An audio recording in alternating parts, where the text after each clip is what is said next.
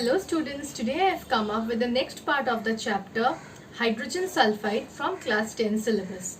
Okay, so in the last video we have started with the laboratory preparation of hydrogen sulfide.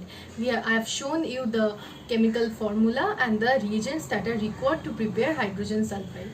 Okay, so I have mentioned an apparatus which is known as the Kipps apparatus. I have told you that I'll explain the Kipps apparatus in the next video. So here I have come with the Kipps apparatus. So Kipps apparatus has three parts. This is the top or the part A. This is the middle or the part B, and this is the part C, which is the bottom part. So there are three parts of the Kipps apparatus. This is part A, this is part B, and this is part C. Okay, so look at this. Look at the top part or the A part of the Kipps apparatus. It somewhat looks like a funnel. Basically, it is actually a globe-shaped funnel. So, this is a funnel. Okay. Here in the second globe, there are two parts. One is this delivery tube portion and the other is this black part which I have mentioned here. Okay. So, this delivery tube portion is the portion through which the H2S gas will come out. This is a stopcock. So when you will open the cork, means the stopcock, so here the H2S gas that will be produced, that will escape through this delivery tube and escape out like this when you will open this stopcock. But when you will close this stopcock, no H2S gas will come out from here. So in this portion, basically the H2S gas is produced, the middle or the B portion. And what is this black portion marked? This is basically the ferrous sulfide which was kept.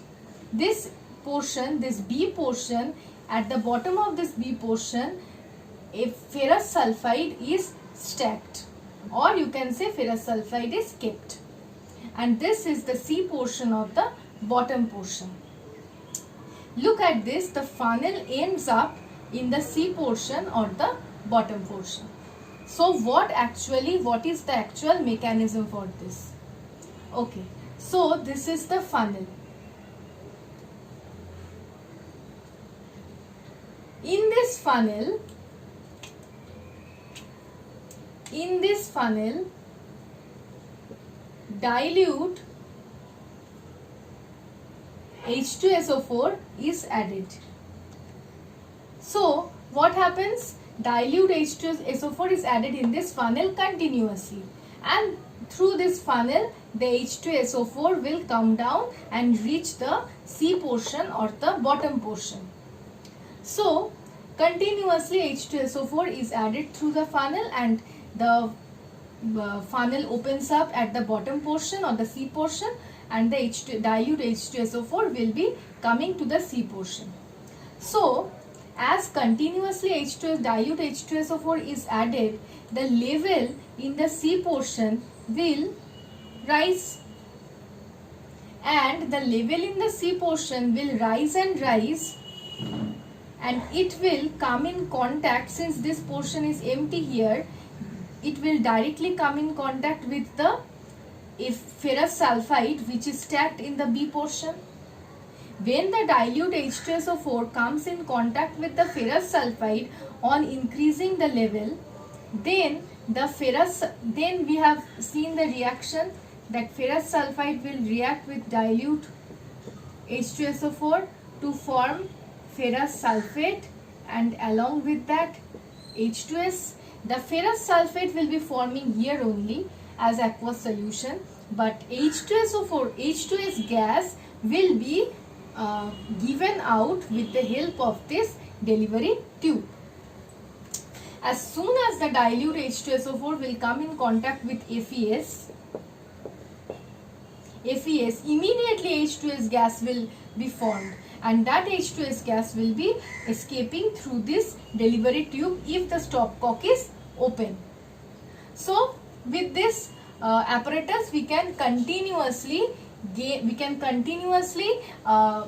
get the production of hydrogen sulfide in the laboratory. But now there is a question that when we are not needing hydrogen sulfide, then what we will do? We will not open this stopcock. Yes, because when we don't need hydrogen sulfide, why we will open this stopcock? We will not open the stopcock. The stopcock will remain closed. So when the stopcock will remain closed, but continuously H2S gas will be produced in the second globe, means in the second part. Here continuously H2S gas will be produced because dilute H2SO4 will come in contact with FES, as dilute H2SO4 is a continuous process there. Then what happens? See, when the stopcock remains closed for some time at least, the H2S gas is continuously produced in the second part. So the gas produced in the second part will create a downward pressure. Because pressure inside the Gibbs apparatus increases much more than the outside atmospheric pressure. So the downward pressure it will produce, that will decrease the acid level in the bottom part or the C part. As the downward pressure is created by the gas that is produced in the B part, the acid in the C part level will be decreased. The acid's level will be decreased because of the gaseous pressure given by the H2S collected in the B part. So when continuously this downward pressure is created, what will happen? The level of dilute H2SO4 in the C part will decrease and decrease. When the level of the dilute H2SO4 in the C part will decrease, then that will not come in contact with ferrous sulfide. If H2SO4 does not comes in contact with ferrous sulfide, then H2S gas will not be produced, and H2S gas will not be produced. So again, when we are requiring H2S gas, we will open the stopcock. What we will see? We will see again after some time the level of dilute H2SO4 rises to FES, and again H2S gas will be produced, and that can be produced continuously also. But when we are opening the stopcock, when the stopcock is closed, automatically the formation of H2S will be stopped. So this is the Gibbs apparatus with which we can continuously obtain H2SO4 in the laboratory. Okay. Now how H2SO4 is collected? I have told you earlier only by the upward displacement of air. And another point I need to say is that why not concentrated H2SO4 used? Why we are using dilute H2SO4? The fact is that concentrated H2SO4 is a very strong oxidizing agent. Concentrated H2SO4 is a very strong oxidizing agent. What will it do? It will oxidize hydrogen sulfide. It will oxidize hydrogen sulfide to sulfur, and it itself will be reduced to sulfur dioxide. So this is the oxidation, and this is the reduction. That's why concentrated H2SO4 is not used. Means what will it do? The H2S that will be produced by reacting with FES, that H2S will be further oxidized to sulfur, and we will not get the required H2S. Here we are preparing hydrogen sulfide, no? Here we are not preparing sulfur. So hydrogen sulfide should be obtained, no? So we want the hydrogen sulfide, not the sulfur.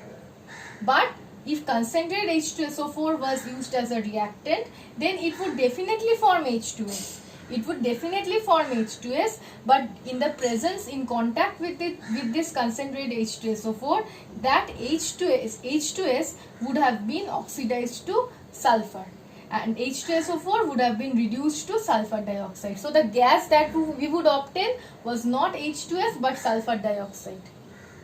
But here we are preparing H2S and we need H2S, not sulfur dioxide. That's why dilute H2SO4 is used and not concentrated H2SO4, because this is a strong oxidizing agent. So this is all about the preparation of hydrogen sulfide. Now in the next video we'll continue with the chemical properties. Thank you.